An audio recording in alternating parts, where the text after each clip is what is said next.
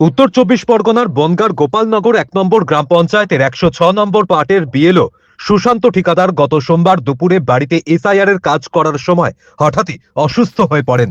প্রাথমিকভাবে তাকে বনগাঁ মহকুমা হাসপাতালে ভর্তি করা হয়। সেখানে ডাক্তাররা অবস্থার অবনতি বুঝে তাকে কল্যাণী গান্ধী হাসপাতালে পাঠায়। পরিবারের পক্ষ থেকে তার মেয়ের দাবি, ডাক্তারেরা জানিয়েছেন বাবা হৃদরোগে আক্রান্ত হয়েছেন। এখনো অবস্থায় তেমন কোনো উন্নতি হয়নি। উৎকণ্ঠায় রয়েছে গোটা পরিবার। ওই বিএলওর কাজ করছিলেন উনি, হ্যাঁ। আর অসুস্থ ছিলেন। আরও বেশি প্রেশার পড়ে গেছে, অসুস্থ হয়ে পড়েছে আরও। তারপরে এখন কোথায়? হসপিটালে ভর্তি আছেন, একটা অ্যাটাক হয়েছে বললেন ডাক্তার। টেনশন হচ্ছে? হ্যাঁ, টেনশন তো হবেই। মানে এই বিএলওর কাজটা তো অত্যাধিক পরিমাণে চাপ ছিল নাকি? ছিল, চাপ ছিল, প্রেশার ছিল। মানে কালকে কখন হয়েছে এই ঘটনা? তখন কাল দুপুর নাগাদ হঠাৎ করে। তখন কি বাড়িতে আর ফর্ম হ্যাঁ, বাড়িতেই ছিল, আমিও ছিলাম। হঠাৎ করে বলছে শরীর খারাপ লাগছে, এবার তারপরে কাকাদের ডাকা হলো। তখন কি ফর্ম জমা নিচ্ছিল? হ্যাঁ,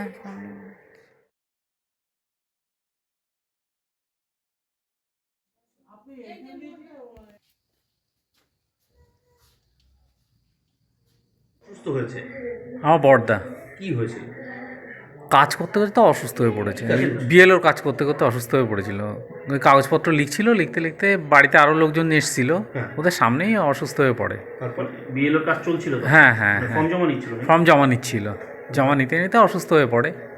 তারপরে এসে দেখলাম ও পড়ে গেছে, তুললাম, টেনে তুলে বনগাঁয় নিয়ে গেছিলাম, প্রাইভেটে দেখিয়েছিলাম ডাক্তার। ওখান দিয়ে চেক আপ করে বলেছে অ্যাটাক হয়েছে, হার্ট অ্যাটাক।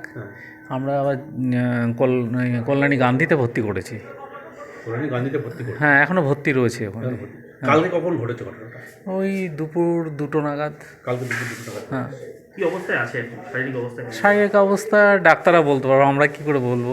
ভর্তি রয়েছে ওখানে, ইকোকার্ডিও করিয়েছে আর রক্ত পরীক্ষা করিয়েছে, সব করানো হয়েছে। এখন কী অবস্থায় রয়েছে ডাক্তাররা বলতে পারবে, রাত্রে ডাক্তার আসবে তারপরে বলবে।